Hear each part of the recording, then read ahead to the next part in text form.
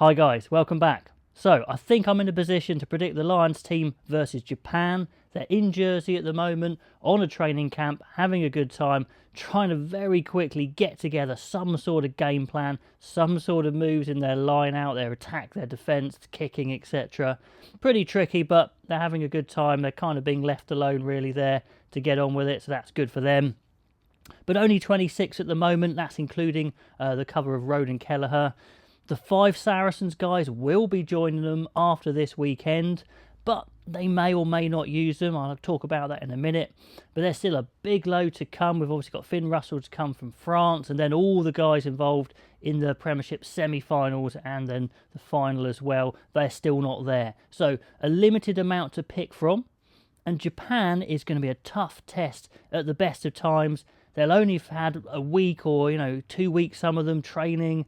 They don't have a full roster. They're not going to be able to pick the team they think is probably best set up to play Japan. And Japan will be in a much better position. A lot of players who know each other with established systems. Japan could win this game, absolutely. So, there's plenty on the line for the Lions. These guys that get the shot, they've got the first chance to put their hand up, try and get into that team. But if Japan turn them over, that's a big X by their name, or they put in a worldy performance and they're ahead of the curve already, plus the extra training they've had. So anyway, I'll put up the team. Here we go. This is the team I think I predict/expect to take the field. In the front row, I think Wyn Jones gets the nod first out over Sutherland, but let me know if you would differ. Ken Owens is easy as the only hooker there training. He would start, plus, he's a good option to start anyway. On the bench, do they try and wangle Kelleher on the bench to cover and let George recover, if you like, from his championship playoff game? But I'd think they'd probably put George on the bench.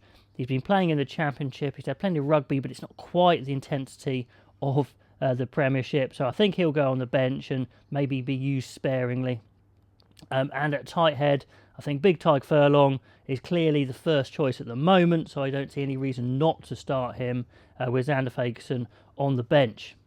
So, second rows, Henderson, Alun Wyn Jones. I think that makes sense. Alun Wyn Jones is the captain. Henderson was playing great in the Six Nations. They may be a bit tough on Tyg Byrne, who is down as a second row. Courtney Laws is down as a second row. But they're fighting it out for that bench spot, I would say. Byrne makes sense because then he can cover second row and, of course, 6 as well. And then I'd put Conan on the bench there to pretty much complete the back row cover, considering you've got 2 guys who can play 7 starting. Tipperick and Watson, I'm starting them together instead of someone like Laws or Byrne at 6. Because of the speed they bring, and against Japan you're going to need a quick side to keep up with them. Tipperick and Watson 6 and 7 should be quite exciting. See how they go. I think that's a good time to maybe deploy that sort of back row that's a bit quicker, maybe not quite as big. Then of course Talupi Faletau at 8. He is the number 1 choice at the moment. Let's see if Conan can come off the bench and actually challenge for that spot. Now the Lions have 3 scrum halves available. I'm going to start Murray as the senior guy there, and then Price on the bench and Gareth Davis missing out. But let me know if you'd include Gareth Davis in this team. But I'm just kind of going on seniority here, to be honest. Bigger, obviously, is the only 10 training starts. Plus, he had a great Six Nations. He's in form, so that's a really good really good boost for him. He can get his foot in the door there as the number 110. And I think they're going to have to pull in Farrell from the Saracens, fresh off the plane, if you like, to sit on the bench. Plus, of course, he covers 10 and 12. They're going to need the specialist 10 anyway. So I think Farrell is one of those Saracens alongside George who does come in to the 23. Centres, let's see Harris and Henshaw go. So Henshaw 12, Harris 13. Aki is on the bench there. So not on the bench. Aki misses out. Doesn't get on the bench because Farrell covers the centres. I think you go for that slightly quicker midfield again against Japan. But let me know if you think Aki should start. Back 3, we don't have Stuart Hogg. He'll be with Exeter still. So I'd go for Liam Williams at 15.